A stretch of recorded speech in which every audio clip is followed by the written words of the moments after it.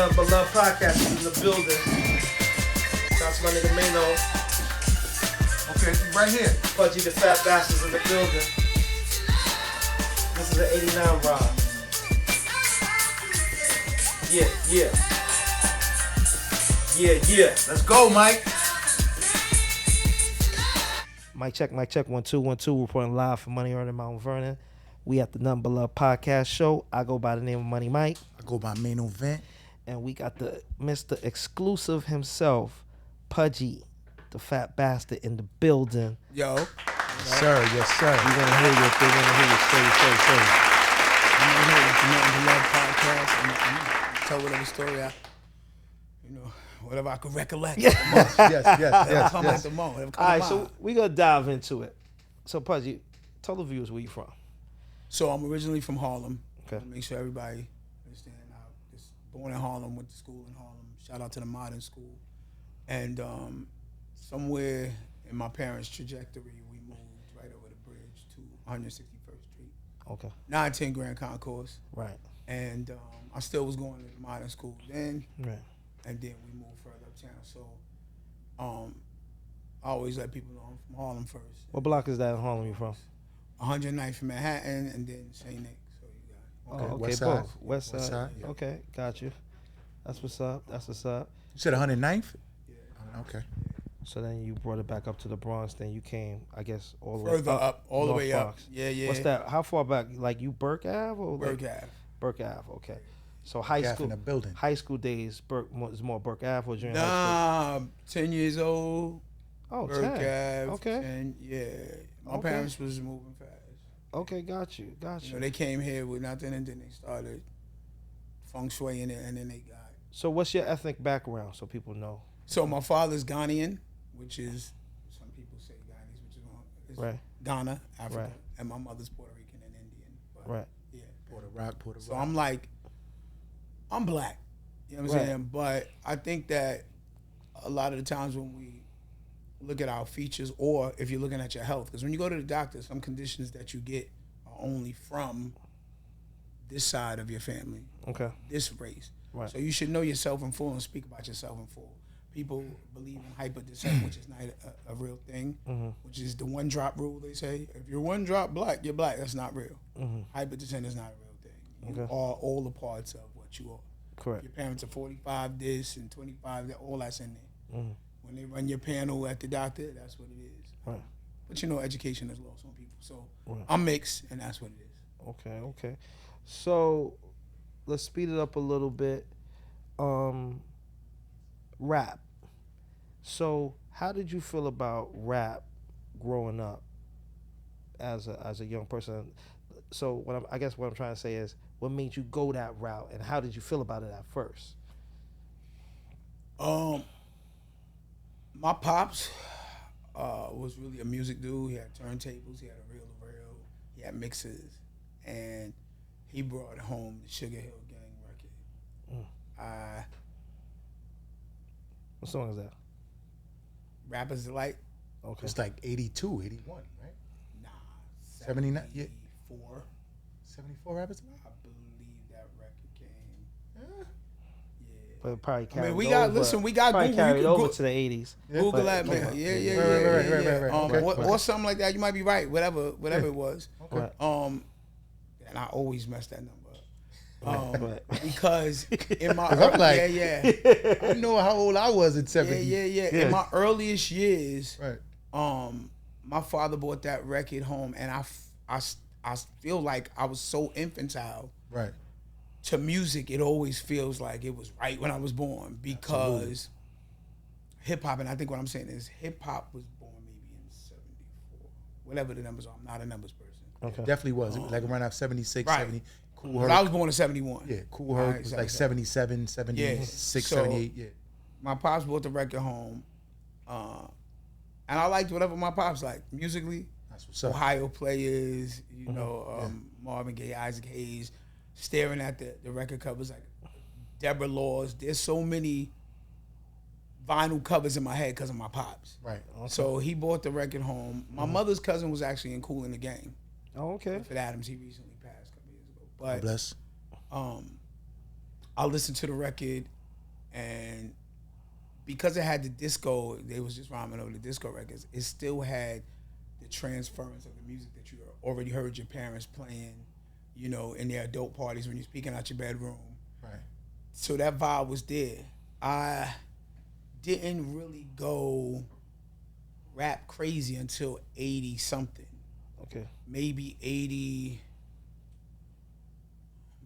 Don't worry about that. Yeah, who was the artist? Nah, I'm looking for myself because I need it. 80, and that'll tell me. It was the Roxanne Shante UTFO battle. Okay. You start getting upset. But UTFO, they tape. I rocked it when I went down to my father's house in North Carolina. I spent the summer down there, and I'll never forget that UTFO. Yeah, it was crazy. Tape was like. Yeah, that's crazy. UTFO crew, tell me what you gonna do. Listen. Okay, Mike.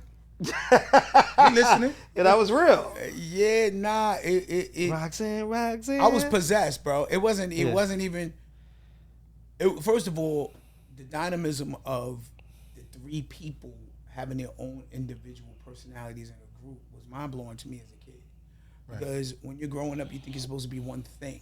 You know what I'm saying? Even the duality that we possess inside, you're like, I don't laugh all the time. I'm hard all the time. You don't. I'll never laugh. You know. Right. So to see one person be the educated rapper, and then Kango be this dude, and then you got Dr. Isaac.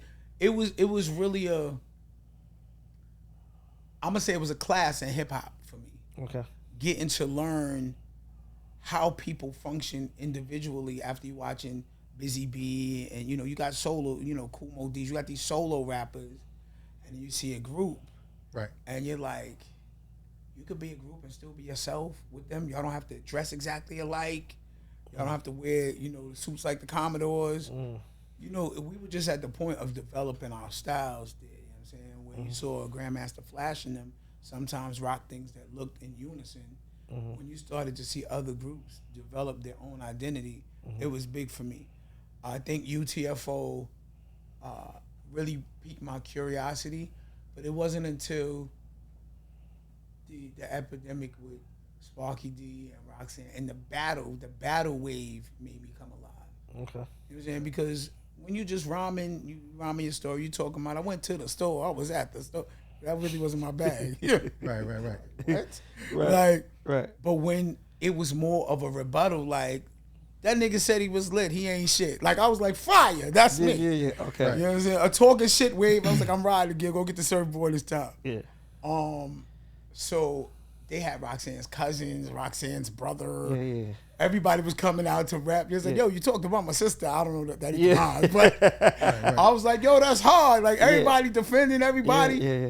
And so that made me start writing rhymes. Oh, the fact that you could get at somebody who says something, I think was fire to me. But I was still writing a secret. Now, so next question. So, what grade was you in when you started writing rhymes? You remember? Yeah. What grade was that? 9th grade. 9th grade. So you writing rhymes in 9th grade. You spitting it. I'm pretty sure you got your peers back then. Nah. That was your peers wasn't Nobody writing knows rhymes. rhyming. No. I'm talking about there was other peers that was rhyming. Nope. Really? Albie Shore was my. I know this because this is timelines. Wow. Okay. Albie Shore was my manager at McDonald's, and at the time, the rest of us who was from the hood was playing BDP in the McDonald's kitchen. And for the people, what McDonald's was that? In the Bronx? New Rochelle. New World. Okay. Main Street.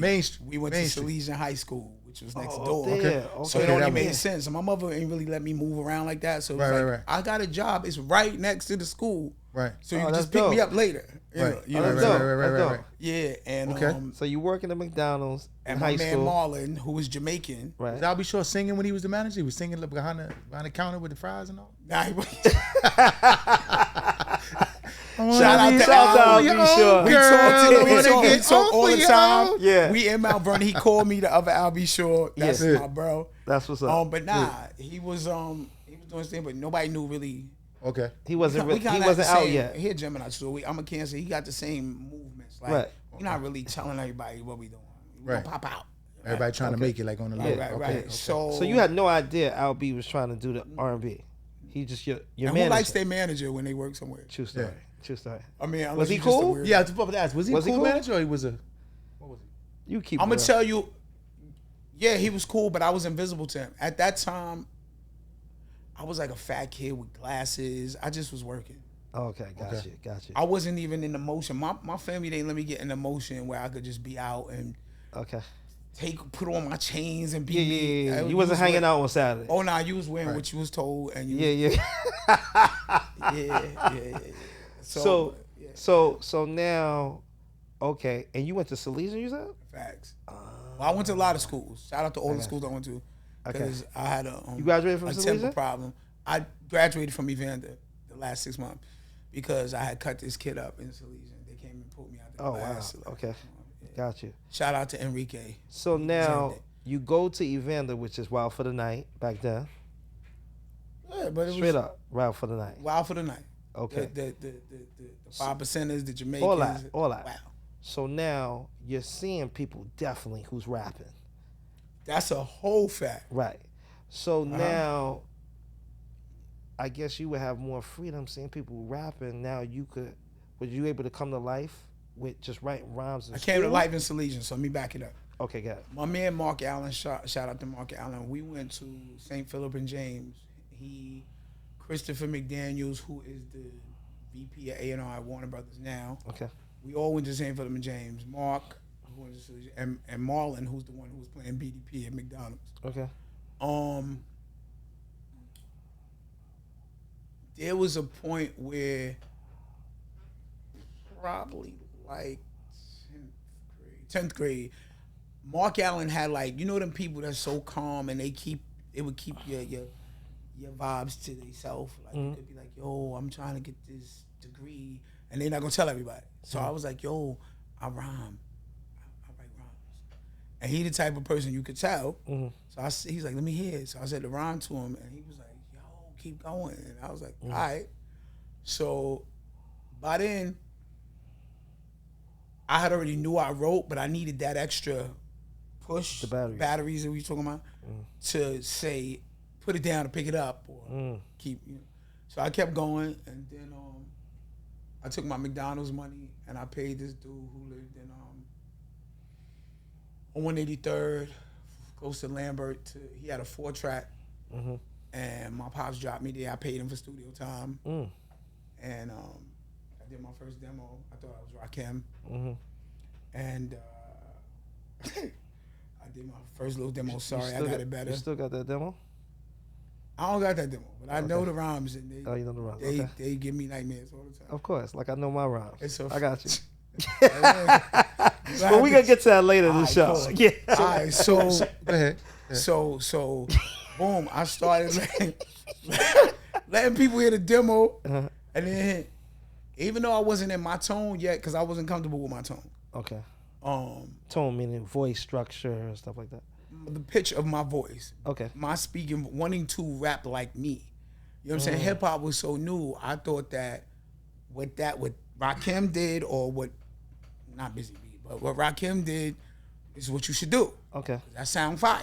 Okay. So, you start off emulating, and then you go to innovating, right? So I did that for a while. Then I ran into this kid who had another studio in his house. He was like, oh, you fire. But by then, I have realized that people liked my higher tone and the aggression. And he had this kid there named Poet. I'm gonna say his name, and we started making demos. So we became a group, and he was like a Rakim. He wanted to be, yo, my name is Poet, and I was like, fire. And then I was there, yo, I'm on the block, and the kid, So it was a dope group. Okay. What was the name of the group? We ain't had no name. It was Okay, Poet what is the and group? MC Effect, and I was MC Effect. MC Effect. Because of the was way your that my name. rhymes affect people. Maino, MC Effect. MC Effect. Because of the way my rhymes affect. So okay. So I got the MC Effect, but my thing, I want to rewind a little bit. So you was rapping, started in 9th grade, and now you're going between 9th and 10th grade.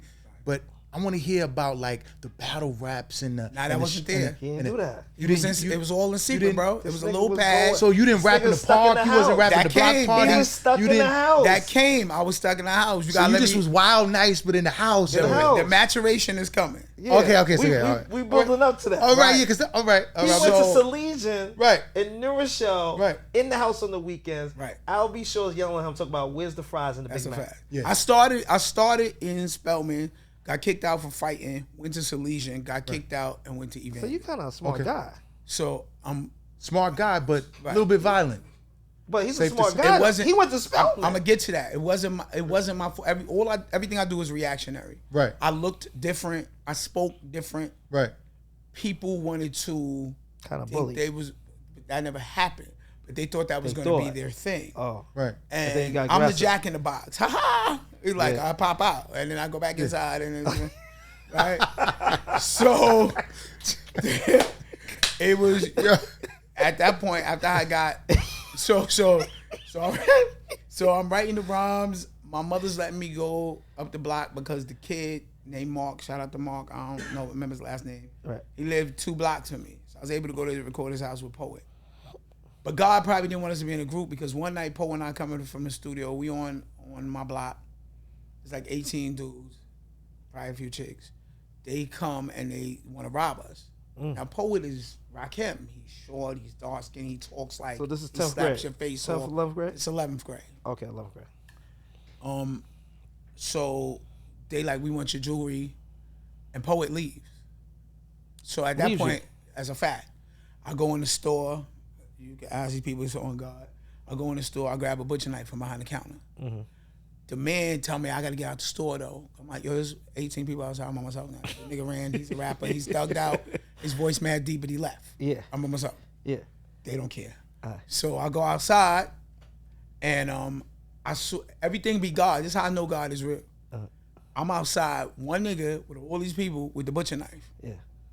My man Leighton and my other man Bobby, they the OGs and Yeah. they pull up. They Jamaican. They driving the great. The Jamaicans is always lit.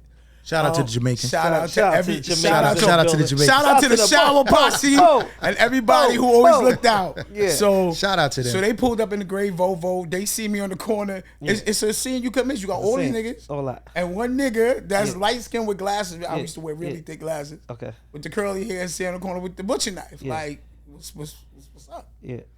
They popped the trunk. And they's like, yo, anybody coming near him is getting let off. Yeah. Everybody left. Nobody ever fuck with me again on the block. Okay. Shout out to Bobby And and what block Leighton. is this in the Bronx? This is Burke Avenue. Burke Avenue. Burke He said- Avenue. yeah, Shout out to Burke Burke Come on, Avenue. Mike. He said Yeah, Burke shout out to Avenue. Burke Avenue. Burke Avenue. So what happened is one of the people, the reason I went and got the butcher knife is because one of the niggas had swiped the razor. He cut me. Mm. When I got the butcher knife, came out, that happened. Okay. He's dead now because God is good. Okay. Right? He died early on. They came and washed it up real quick. Okay. Bye-bye. So we moved on. We Yeah. went home. My mother said you can't go outside no more because Yeah. whatever. 11th grade. Shutting you down. You go to school, Yeah. you yeah. come home. You in Salesian. School, you go. Facts. Okay. Now let's get to Evander. We going there. Okay. Dude I knew, he was wild cool from the hood. We was friends, but everybody used to bully him. We on the double bus coming down Boston Road. I went the whole basketball team. They rock with me. I said, listen, they was talking about washing him up at the end of when he get off at Boston Road. I was like, yo, they about to just get off. And he pushed me off like, fuck what you talking about. Okay. The people saw that, it went crazy. It went crazy. Okay. Chris McDaniels, I'm making sure that he hear this, Yeah. who's the VP over at Warner Brothers right now, Yeah. had given me his razor at the locker in school at Salesian. He said, take this razor home for me because I can't take it with me where I'm going. I had the razor on me. I tell you, it's God. I wasn't carrying a razor at the time. I pulled out the razor because they jump at him, the kid. Yeah. The kid's holding on to me because now I'm the only one you know. You brushed me off, but they jumping you because of me. Yeah. I'm the only one you know. You holding me because if you let go of me, It's over. it's over. So he won't let go of me, and one of my niggas hit me by accident. He won't let go of me. So I start cutting him. Someone said, yo, you got the razor in your pocket. Some voice. I start cutting him. He gets off. They get off. He goes and gets on the bus. Apparently, I was cutting him so fine that when he got on the bus, the cut started opening up slowly. So we ain't in Salesian, so it's white shirts. So just like his shit just turns to bloodbath. Yeah, so he pressed charges. I got pulled out of school. Went to court, blew trial because I was impetuous at the time and irate. I was young. So he was like saying something and he was lying on stand. I was like, you bitch ass nigga, you lying. And then the jury was like, and he did it. And I was like, cool. I went through what I had to go through. And that's how I ended up in Evander for the last 6 months. Okay. Came out of Evander. But when I got to Evander, there was a kid there that rhymed. He rhymed like Kane. Mm-hmm. His name is Sharif. And that's Big Daddy Kane. Big Daddy Kane. Yes. His name is Sharif. Right. He was like a playboy. Bitches loved him. He was like slamming like, yeah, but Right. I came to the school. It's in my hood. Everybody know me. Right. By then, everybody know I rap. Mm-hmm. I'm battling in Skate Key. They know me. Okay. So the kid got on some, I guess he was the nicest rapper at the school probably for his 3 years. And then I got there and it was like, you never heard MC Effect? Because I was MC Effect. You still was MC Effect. Definitely still was MC Effect. Gotcha. So you never heard Effect? Oh, that nigga watch you. Now we battling in the street. He's mad. It just goes on and on. Then he tells his friends, niggas come, we fight, niggas get washed up, and I get kicked out of school again. Evander. So I never graduated, graduated, but my grades was always, because I lived in a house where there was, I don't care what you do, them grades better be graded. So what, you had to go to night school or something? Nah, I ain't had to go to nothing. They said, send his ass home, we will send the degree. Oh, okay. Get him out of here. All right. So after that, So now you out of school. I'm out of school, but I'm in a house. What year is this? That's 89. I graduated 89. Okay. Oh, so it's lit. It's lit outside in 89. Everywhere. It's on fire. It's lit. It's lit in the Bronx, That's Harlem. Soul It's Summer. lit. Soul Summer 89. 89. You might be the GOAT, Mainovent. Absolutely. Because there was a chick, Nicole, shout out to Nicole. And then I In was Vogue like was 90. That was That 90 was, Summer that In was Vogue. like that. Every car, I'm going to tell you, every car was keep on moving. That Exactly. Was, whoa. Too hype. All of that. them, all that shit. All that So, record, 89, I go to Latifah's video for Dance to the Music because Brenda and her sister Lizzie went to my school. If you go back and look at that video, she got the flat top. Right. Fire, Bad Chicks from the Hood. And then Latifah made me know it was real. Yeah, a lot of people got a lot of good things to say about Latifah. She definitely, Oh, she did everything. she stands out to a lot of people. Everybody she's- speaks highly And of her. Latifah's Jersey. Yeah, exactly, Jersey. No, she's Stretch. Latifah's the world. She's Yeah, Oh, she- for sure. Yeah, But she's the Jersey. GOAT. She Came doesn't out of really. Jersey. A lot of people don't. They talk well about her, but they don't. I don't see anybody put on that pedestal that she deserves. she's on the pedestal of my mind. That she deserves. I mean to say, like on a wide Mount, scale. Mount Olympus though. Right. Exactly. These niggas ain't looking up. Yeah. Exactly. That's it. Exactly. Yeah. She deserves it. Absolutely. So in that time, man, I was doing everything. I was going to everybody's house. I was with I was at Large Professor House all the time. It was me. I'm speeding this up. It was me, Nas, and Akinelli. None of us had deals. We was rhyming on the phone every night.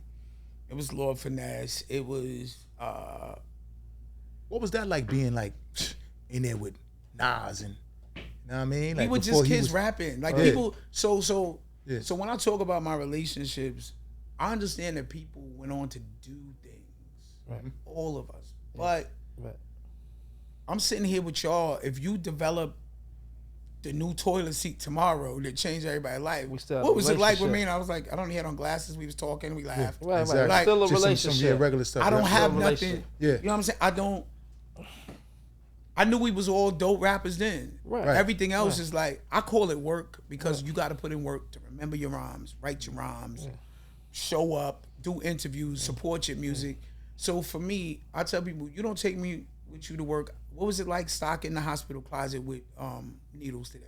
It's the same thing for me. Right. For me, people just think because it's a celebrity, I don't have the fanboy button. Everybody I'm around is a star to me. Right. Everybody, you do something, you're a star. You make shirts, you fight, you got the best ear for music. All the chicks want to call you for whatever, and you can bring them out. Everybody, it got something. Right. And I think that's the gift that God gave me, why I connected with so many people, because you don't have to look fire. As long as you don't stink. I probably don't do the stink. Right. But yeah, we don't do this thing. We ain't doing no we stink. ain't doing. If you don't do the deodorant, but did Nas ever say anything that lasted to you, like lasted with you through these years? Like Nas was younger than remember? Akinelli and I. Okay. Nas never, and he's gonna tell the truth. Nas had less rhymes than Ak and I on the phone. He Okay. would have to. If you listen to how he constructs, he's somewhere else in his mind, Right. right? So he's thinking about More either- conscious rap. Right. So, and I'm there, but that's not my first single. Checking Out the Avenue is that I got a lot of conscious thoughts on my mind, but that's not entertainment for me. Right. It's a couple of songs on the album, but I would never be a minister. It's like that. Okay. I want to be dynamic. Right. I want to be funny. I want to be entertaining. I want to be serious, right? So, to me, Akinelli's punchlines were fucking brilliant. Akinelli Cadences, the tone, Right. the pitches that he used, it was dynamic. Nas had a voice that what he said took you to the place he was at. So it was more like Ak and Nas and I were on the phone, not battling, but sharing the illest punchlines we did for the day. And when Nas rhymed, we were more in pay attention mode.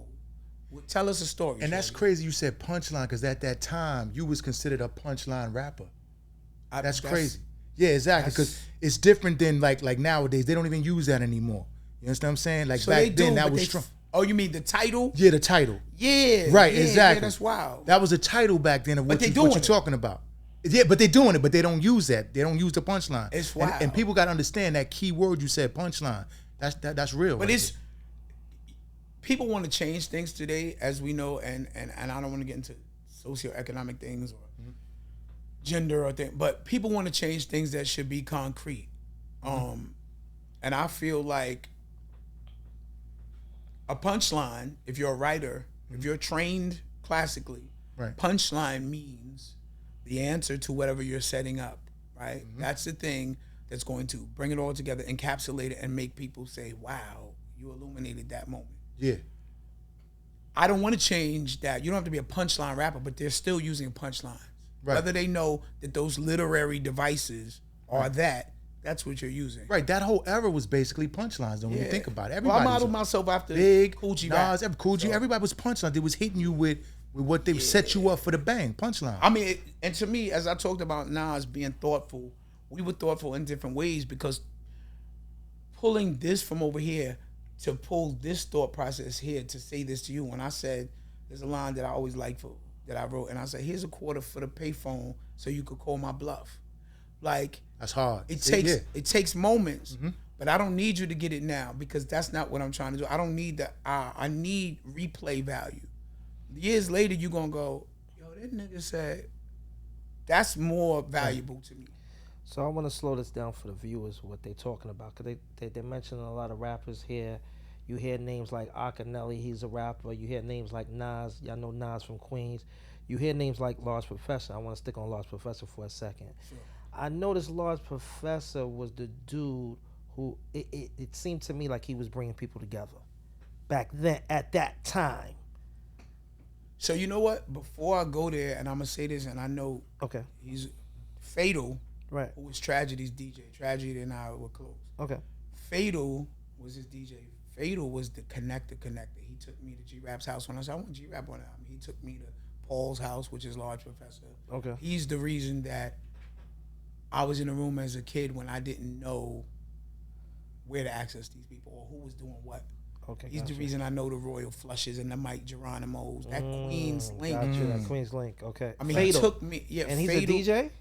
DJ, wow. DJ Fatal. Yeah, he's on the Large Professor's first album, Breaking Atoms. On the not the looking at the front door. On the Live at the Barbecue record with Nas and Akinelli. Right. Where he says, "Fatal is merciful, and they'll curse me when I grip the mic. Gotcha. I show no mercy." Yeah.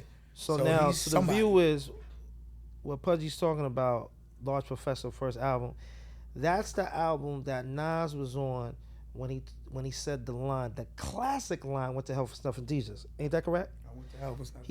Yo, when Nas said he went to hell for stuff in Jesus, I was like, yo, what's wrong with Say that this slow, kid? Mike. I didn't understand. He said He what? said, I went to hell for snuffing Jesus. Ooh, When he said that's that, hard.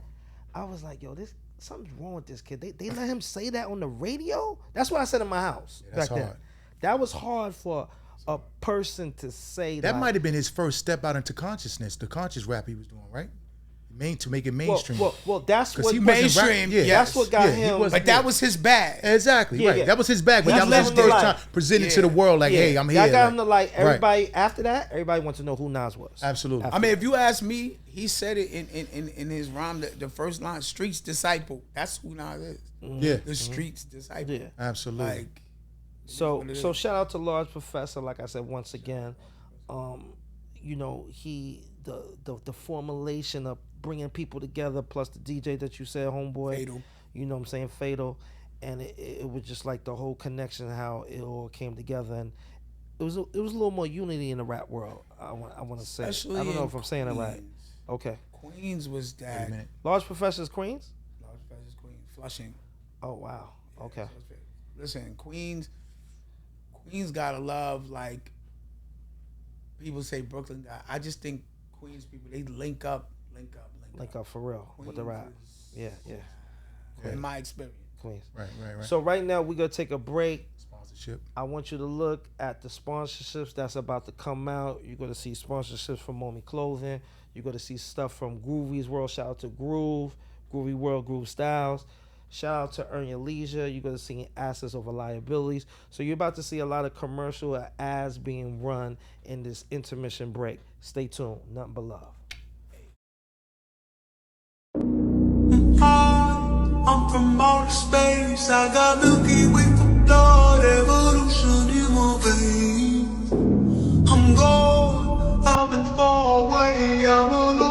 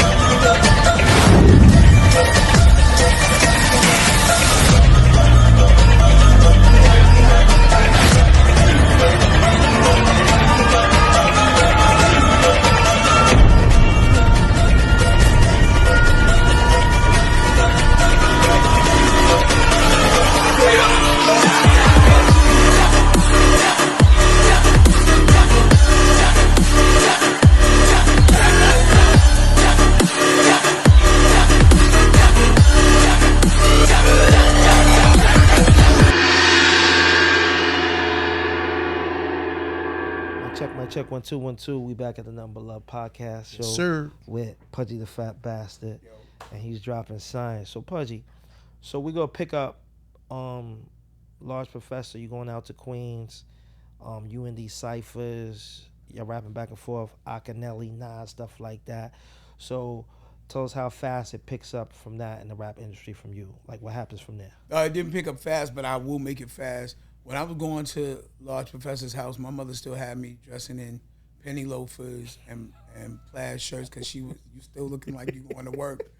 And I was there Mike, looking his like moms the loved him, educated Mike. rapper. Shout out to He just laughing, yo. It's just Come all good. on, man. Yo, my mother's amazing. I love her. Exactly. Shout out to You mom. gotta love mom. Shout out to but- mom. Shout but- out to but you Pudgee's should mom. be yo. laughing. Wait. You know Yeah, we I mean- forgot about all this? I'm listening.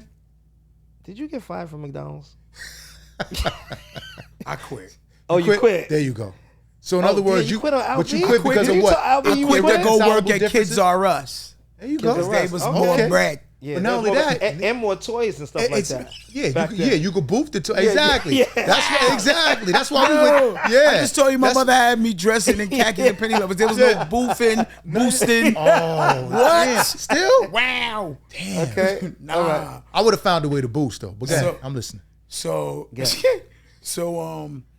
you know, my mom was letting me go to Paul Lawrence Professor's house and chill with Fatal Lynn. But again, I was dressed like I was in Dockers, working on a boat for, you know, serving white people that look like country clubs. Okay.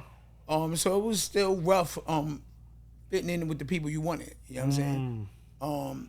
Finally, I think I just started battling people because other people would tell people I was nice, and because maybe nobody believed that I could. I don't know. They were challenging me, and the bars were crazy. And I started getting a reputation. Fast forward to my cousin Jamal, rest in peace. He just died of brain cancer 2 years ago. Rest in peace. Took me to Clue, who he's related to, and Clue was working at Foot Locker at the time, and he was like, it was family. We need to that. And then Clue and I just started doing the mixtapes, and after that, things kind of went crazy, like super fast. Everybody was talking about me. Police were walking up with my sticker with this logo saying, "You Pudgee the Fat Bastard." And I was like, what? How they know me? I don't know the deal. So wait a minute. So when you was doing the Clue mixtapes, Doo-Wop is doing his tapes at the time? Yeah, Doo-Wop was definitely doing. Yes, you Ron got G, Doo-Wop, Ron G, absolutely, Chill Clue. Will. Oh, okay, Shout out to got all you. of- Yeah, Got all you, my okay. Harlem family. But Clue, I have to say, he had this innovative spirit. He went and bought a CD player when nobody was a mixtape on a CD. I was there when the dude bought a mixtape, press and put our mixtape on a joint. It was like, wow, because we're used to buying CDs. You know, our albums are mass produced by labels, and that's the only way you saw it. So when this person made it, Clue did that, and from that, it took off even more. He was already selling crazy out of his Honda Accord. Right. Up and down, you know, the Africans with the mixtapes was buying it up crazy. So we started getting so much notoriety that people were asking me to sign deals. But it wasn't until my god sister Aisha from the Poison Posse, which was a group the Sweet Tea put together and got signed, she called Tone from Red High Level Tone from the Trackmasters, and in 3 weeks we had a record deal.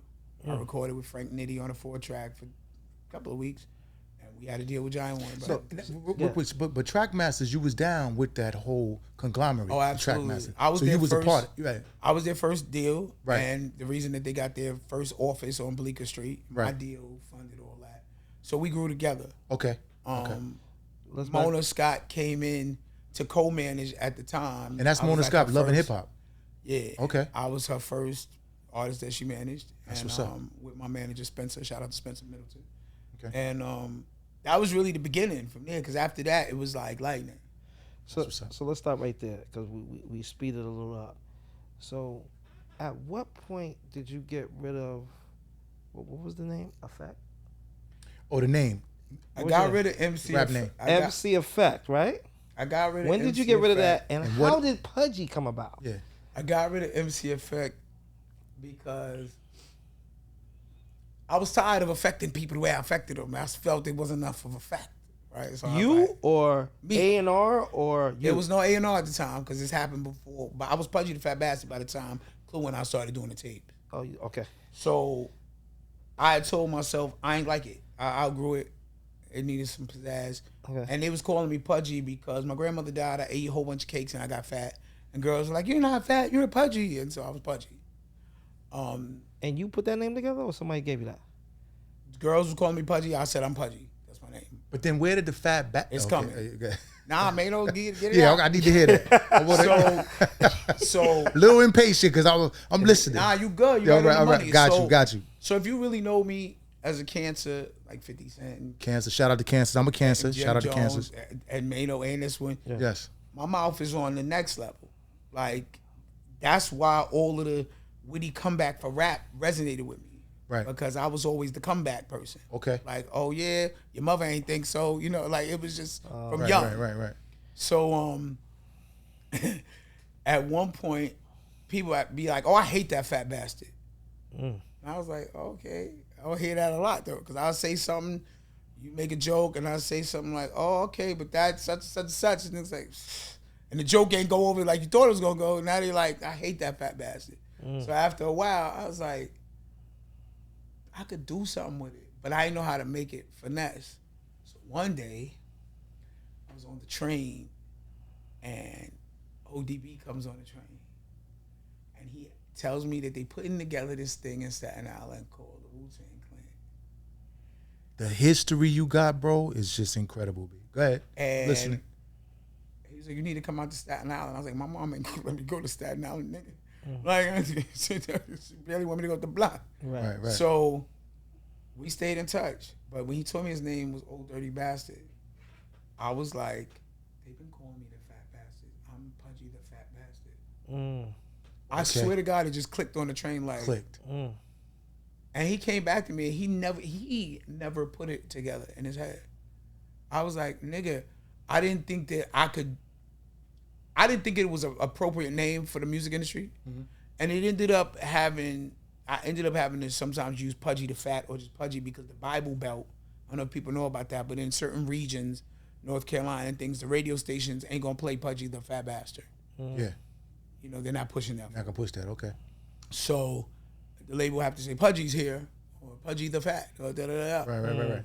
And so when I told him, he was like mystified. But I was there to watch that whole wave. It was probably like 8 months later when Meth dropped the first. When they dropped they dropped the Wu-Tang joint with all of them. Right. And then Meth dropped his joint. Right. But we was already linked. That's also how I met the Train. Is also how I met CL Smooth. The Train is because he Shout was out in to the corner. CL Smooth. Shout out to Corey. P Rock. Yeah, absolutely. He was just in the corner writing rhymes, and again, I'm a kid, so I was like, "Yo, bro, you rhyme? Let me hear On something." the train. Yeah. What Right. train is this? The 2 Train. 2 train. Train Where was uptown, you going? baby. Yeah, we was both coming uptown. Oh, y'all was coming uptown. Me and Sales, Okay. yeah, and you know he going to Mount Vernon, so that's 241. Yeah. I'm going to Burke. So we just started talking, and he was when you a dope rapper, it's just an automatic bloodline Right, thing. right, You like, yeah. oh, you family. That's Gotcha. Like you, Mike. You was a dope rapper. Yeah, for sure. Yeah, you we can get to gotta my remember rhymes in a this. second. Yeah, you got to get to that little. Yeah, we little can get eight to that. ball. Putting these 8 rhymes balls, on. not 16. 8. Oh shit. nah. So anyway, Trackmasters got me signed to Giant Warner Brothers. Ironically, What did that feel like? I want these people to understand. So, Track Masters get you the deal that funded their situation, facts. right? Got you the deal. How did you feel like? Did you have to bring your mother or lawyer? Like, to break it down to us. What happened when they presented the deal? And they was like some of the dopest producers of that time. So they weren't at that point.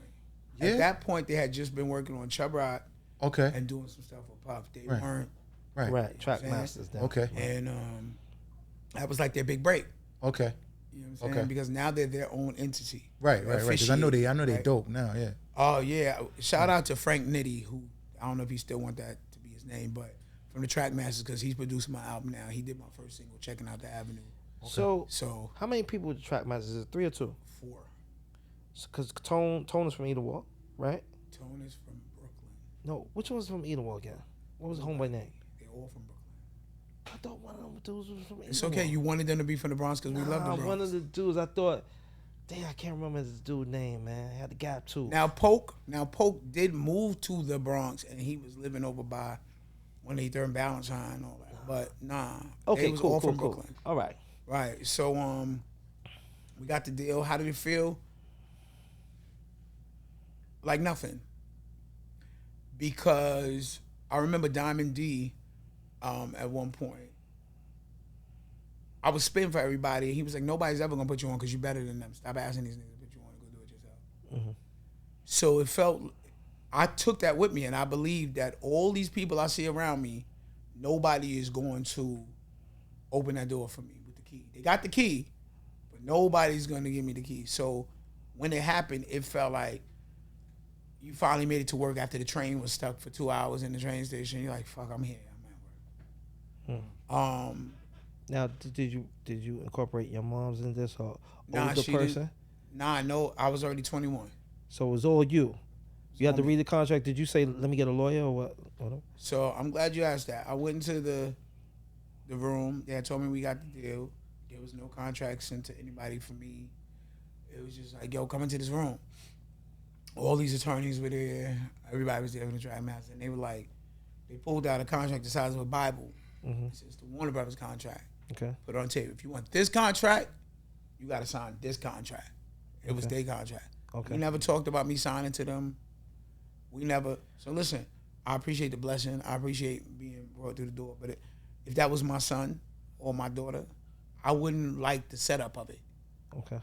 You know what I'm saying? You tell me I got a deal. I'm excited as a kid. I go tell people, yo, I got a deal, so this ain't for nothing. Right. And I get here, and there's no paperwork or nothing. You don't ask me for my lawyer's information. But when I come to an office, as a young person, you have these 2 huge contracts, and you tell me I got to sign this To get that. I don't even know what either one of them is. So Right. now I get an attorney, Scott Felcher. He negotiated. We did everything, and we did our deal. Okay. So I did go and get an attorney, contract an attorney, Okay. retain an attorney and everything. And it went fine after that. Okay.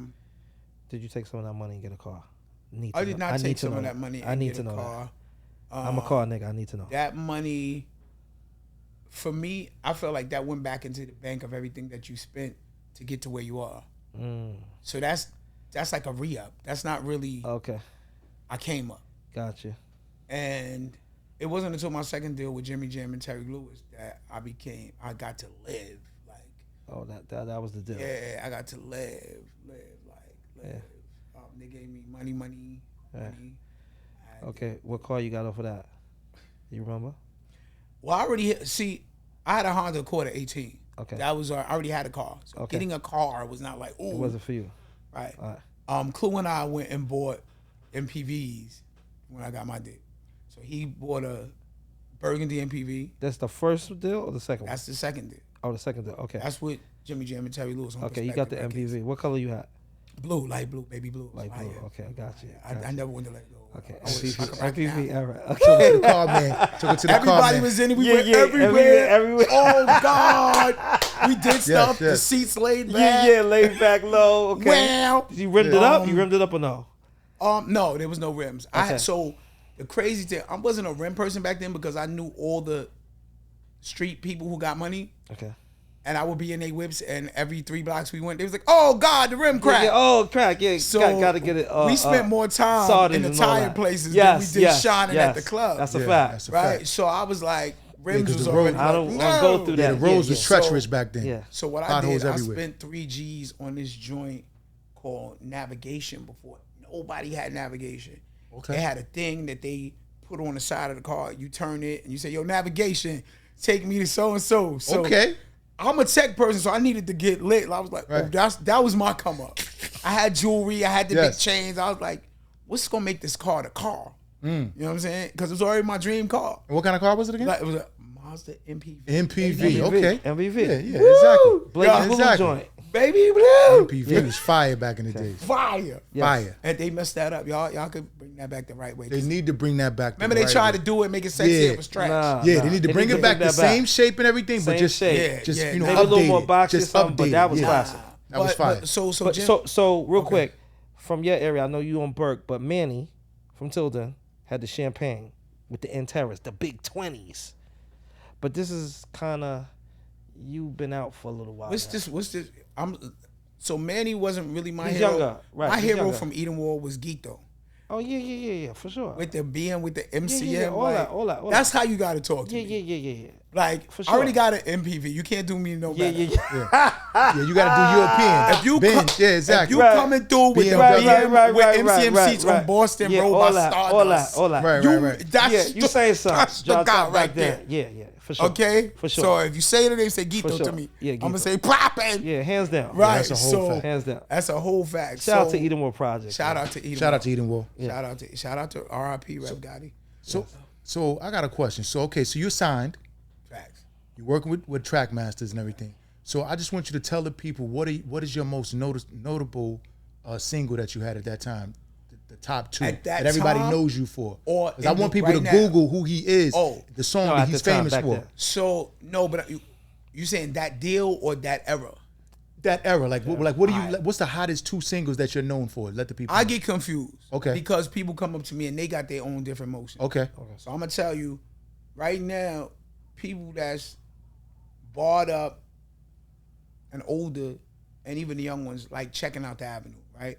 That was the first single ever. Right. My man Fire. knew that from VA. I went back to When I Harlem. told him you're gonna have you on the show, my man from VA, he's older than the both of us. He knew that off rip. Nah, Once but I that's said your name. That's and shout out He to said Fuji that. Rap Right. because that was my first moment. I felt like Right. I had made it because I became G Rap on that. Right. Yes. Living Yes. in the big city. The big city Okay. is where I come from. Not You the got me slums, going, but baby. where So poor checking out many the more than Ave. What else, baby? What else? And who Hold up, Mike. who's the one Name that it. got G Rap to get on your joint? That's Fatal. Okay. Joe Fatal. Okay, got Okay, so we got checking out the Ave. What else we got? So Checking Out the Ave happened, but then I left the label. Yeah. So there was a moment where it was back to mixtapes because I didn't want to be signed to Trackmasters at the moment. Right. Why? Why's that? Red Hell of a Tone, who got me my deal and recognized my talent, he brought me to the team. He was Red Hell of a Tone. He was rapping about chicks his whole first album on Select Records. When I came in and he saw my motion, I'm your artist. Why are you making now hard songs with the same cast of characters I'm making songs with? I'm doing songs with MOP, you doing songs with MOP, and you rapping hard.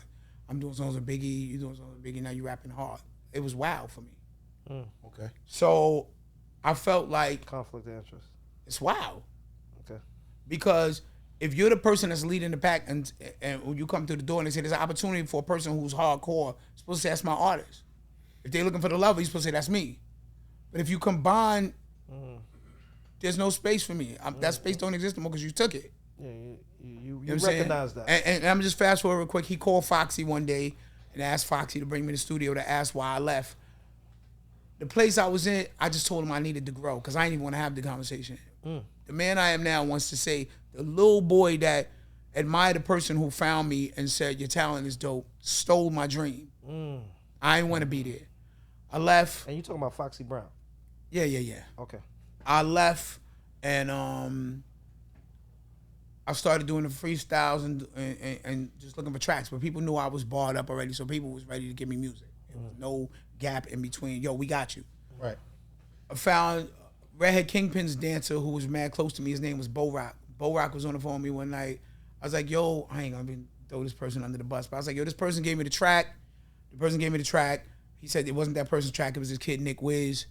Me and Nick Wiz met. We did all the demos. I brought DMX to the studio. We put X on 2 songs. I brought Foxy's brother there. We did songs. I brought Terry and Monica there. We did all these songs. And then I went to Max Goose and he got me my deal with Jimmy Jam and Terry Lewis. Okay, because I know he's supposed to be going fast. Yeah. So that's fast. Okay. So at that point, to answer your question, I had always told Biggie way back after the first album, I did a song with Grand Poobah, Positive K, probably Mac Wiles, not Mac Wiles, Mac whatever, and Red Bandit, and Biggie was on it. It's called All Men Are Dogs. You said, can they Google it? They can Google it. Red Bandit, All Men Are Dogs. All Men Are Dogs. We're all on that song. Okay, that's what's up. But I told Big it wasn't the classic I wanted it to be. So when we do my record, it's gonna be a classic. Okay. So Big and I would talk on the phone all the time. We would go places, When I was making that second album, I got that deal. I ran into Minnesota from the Bronx. Max introduced us, and I said, yo, I've been telling Biggie we're going to do this song, but people giving me trash tracks. Minnesota gave me the song, Think Big, with the chorus on it. That's And I called Biggie. I hated the track. I was like, it sounds too industrial. I like melodic stuff. This ain't going to work. What else you got? But I played it for my team. My team's like, yo, you wildin'? This has to happen or we gonna choke you. Right. I played it for Biggie. Biggie was like, oh my God, it's incredible. It's our hit. I was like, what's it's up. not our hit. It's garbage. Boom. We went back and forth. Finally, we got in the studio. We laid it. Now, where did y'all lay that down? At what Giant studio? Studios. Why did I lay it Giant? Because I was always at Latifah. And that's in studio Jersey? Sessions. That is in Manhattan on 50, whatever. Okay, I don't even know if it still all right. exists, but Okay, down there. on All right. 50, like 54th or whatever. Okay, gotcha. Giant Studios. And that same session, Missy played me Stilo for 702. Okay. Akinelli was with me. Biggie came in, Missy and them left. It was Akinelli, Lil C's, probably Nino, Minnesota, Algie, his whole team. They put the beat on, Biggie rhymed, and I did my part, and I was like, all right, fuck this song.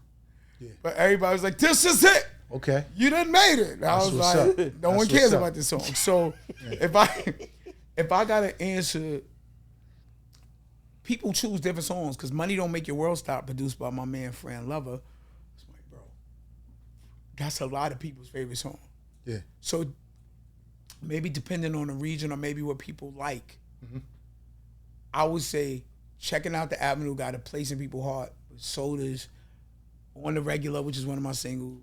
I'm on tour with Usher. He's performing Nice and Slow. The chicks is paying him no mind. I'm performing On the Regular, and chicks is like, sign my titties. It was something I never understood. And Usher was, Nice and Slow was a hit at the time. No one cared. So for me, I got pictures from the moment. This is not, you know. It would have been dope for you and Akinelli to do a remix of Looking at the Front Door if you would have did that with him.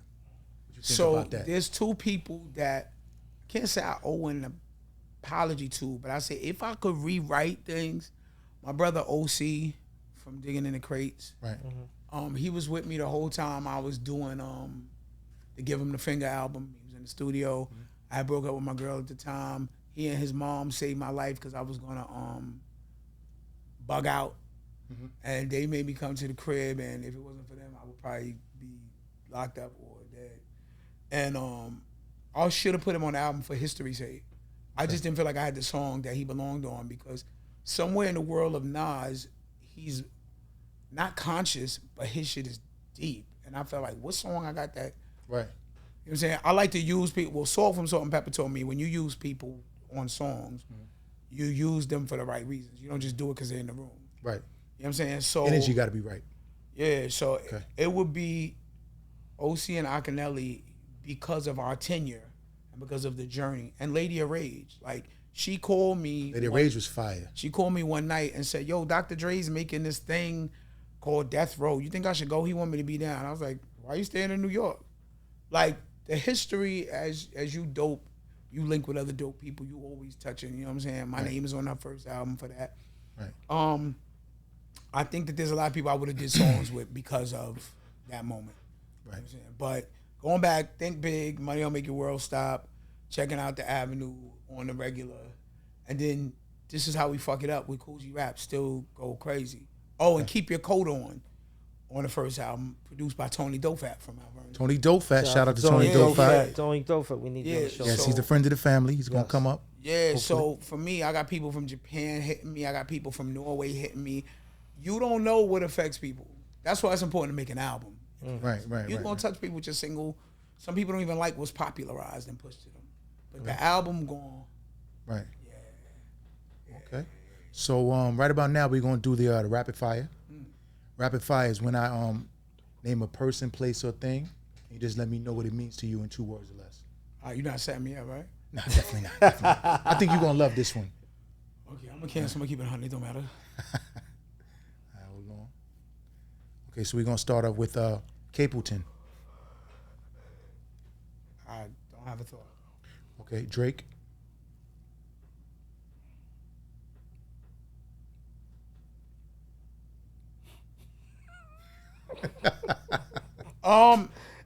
Changed the game. Believed in itself. Yeah, that's what comes to mind. Okay. Tupac. Probably my backbone. Left Eye. Probably Tupac and my backbone. A heart and soul like no other. Corrupt. A lifeline, because he put me on his Corruption album under one of my other names, Pat DeChico, on the song No Feelings, when I had no feelings about rhyming. I was just on tour with Foxy all the time and being a part of her career. So Corrupt is a lifeline. Biggie. Biggie is a brother in hip hop and a real one. A real one. God bless the dead. DMX. DMX is more than family. I got letters from him in jail that I will never release, like these corny people do and write books about. But that was before the records, before the rap. As younger people, when I called them to get on the songs that we did, that online, just look up DMX and Pudge. I don't remember the name of the songs. He brought his first son, Gerb, in like diapers in my MPV. And with the navigation. With Tashera, his wife, with the navigator. We going to Jersey, to Nick Wiz's crib. Yeah, he brought the baby. I mean, the baby had to be like 6 months, and we did them joints. So DMX, he mentioned me on, I don't know if I should, Drink Champs before he passed. You know, they was like, you knew Pudge? He's like, I was with him in the studio when I got to call my grandmother died. You know, these are real relationships. You know what I'm saying? Real people that I know. So that's family. That's what's up. All right, so I got 2 more. Anita Baker. Oh, a mean lady. She, we were at the studio, I think it was Platinum Island, and she was incredibly rude to Heavy D. She kicked him out the studio. It was unbelievable, especially when I thought I was caught up in the rapture of you and Angel was playing in my head, but I'm watching this mean old lady bug out. She ruined it for me. The songs don't even mean anything the same. And yeah, mean lady. Next. Okay, last one's double question. Kamala Harris or Trump? Oh, do we have to pick one? Yeah.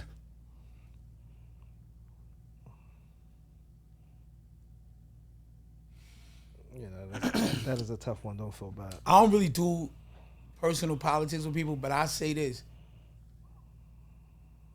Both of them have features that I like to remove before I could consider them somebody I would. I could respect that. I respect that. You know what I'm saying? Yeah. So to me, they're even. So if I walked in and you told me I had to vote, I would just close my eyes and hit a switch. Okay. I don't. You see flaws basically in both. And I don't even want to call it that. They features, right? Features. Because that's who you are. Okay. And that's what you presented to me. And it's like I present you these two things. Absolutely. And this don't look good. This look good, but this look good on this part. You like the sauce, but you don't like the way it really tastes, or you heard it. Mm-hmm. Got you. Yeah, so nah, I don't want to do that one. Got you. Respect. That's what's up. Want to bring up one thing real quick. Sure. A little bit into how I met Pudgy. So tell me how Terry came involved. Was she A&R in your situation? You know, Bert, Terry, Ferguson. Yes. Terry. Because I mean, she was working at one of the labels. What label was that she was working at? You don't. That means you don't really like you know her, but like right. Terry was a rapper. She was MC Desire. Wait, hold on. Hold up. See? Don't let these people fool you, yo. Terry was rapping? Oh, she was, and she had a crazy MC Desire. I mean, she had green eyes. She was light-skinned Jamaican. She MC Desire back then, I boy. didn't know Terry was rapping. Oh, yeah, MC Desire. And so she bought, like, and she was real with it. Like, she bought the Cookie Crew here from England. Okay. They was big back in the day. If you look up the Cookie Crew, they was like right. the it girls rapping from England. Okay.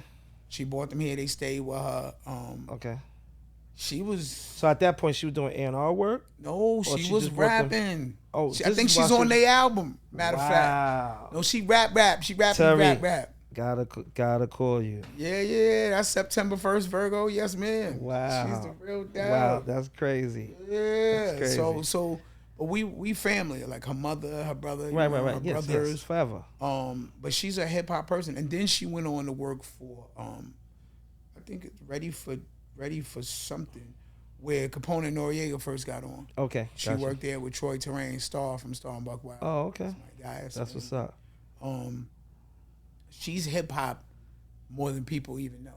Mm. And I think when people start out as an MC, like Maino said, when you start out in one place, the respect for it is different. You know, a lot of people say, "Oh, I do podcasts." I'm like, why? Mm.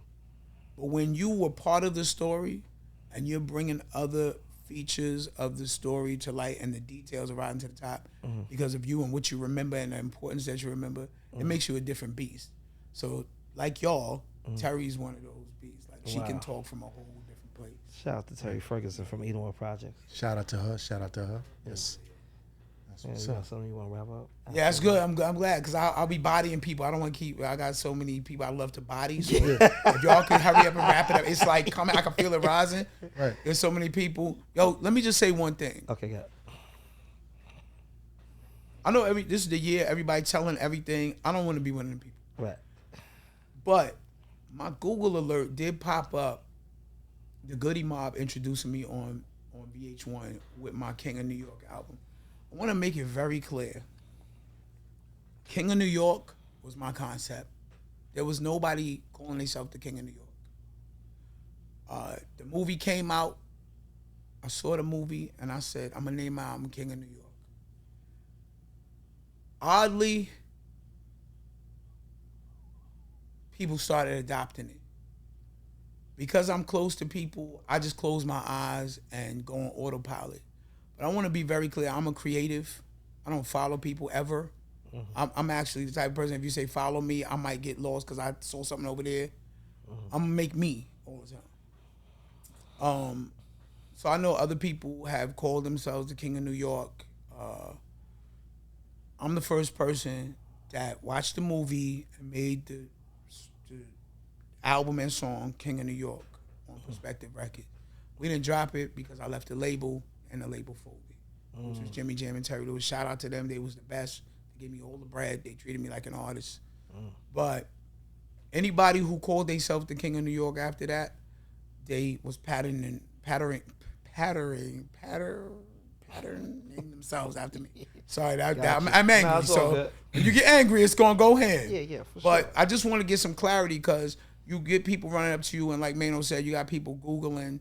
The story needs to be told in the order that it took place. Gotcha. We don't want to rewrite history. I hate revisionists. The fact was, I saw the movie. I went, made my album King of New York. Album folded. I went on to say I don't want to do music no more. I'm gonna do something else, and suddenly everybody's calling themselves the King of New York. Right? So I don't want to be the King of New York. It was just something that from a movie, but y'all playing. Whoever that was after me. Got it.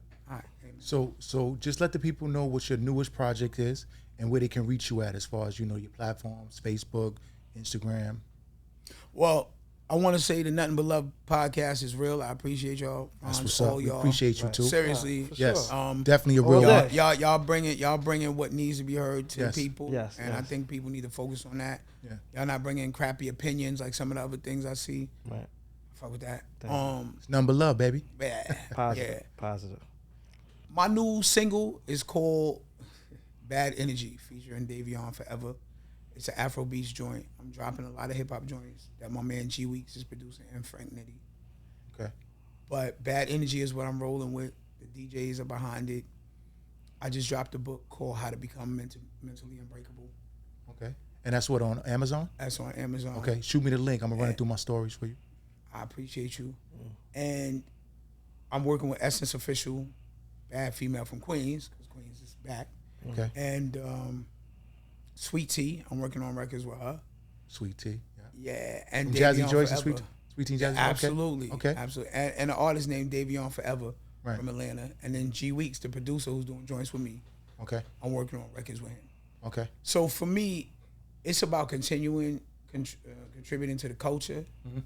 No matter when, you never have to stop making music, and you never have to stop giving your heart to music if you believe in music. You don't need to be looking for the celebrity of it, but you need to be doing your part to push it forward. So that's what I'm doing right now. And then let the people know where they can find you, like on Instagram and. So I got like 80 Instagrams. I got some Fensters, some Ministers.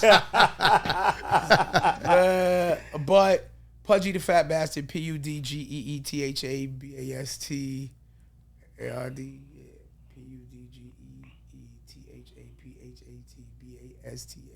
Or just Google, just Google it out like that. Nah, because no matter which way you spell it out, it's gonna come up. With the F. It's gonna come up. But one thing I do know, no matter which way you put it in Google, it's gonna come up the way it's spelled for you. Yeah. Because you're the only one with that name. And PTPB Music with a K.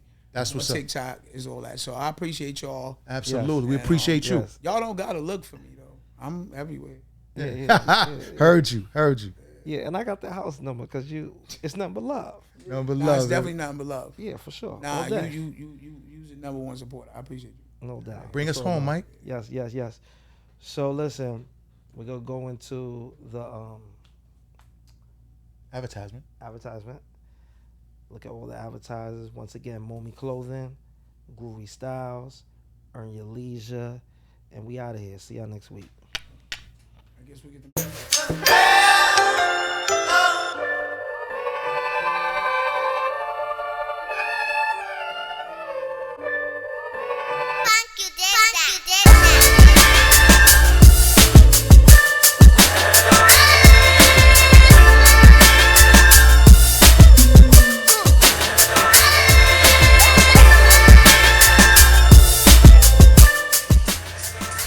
Nothing But Love podcast is in the building. Shouts to my nigga Mainovent. Okay, right here. PudgeeThaPhatBastard in the building.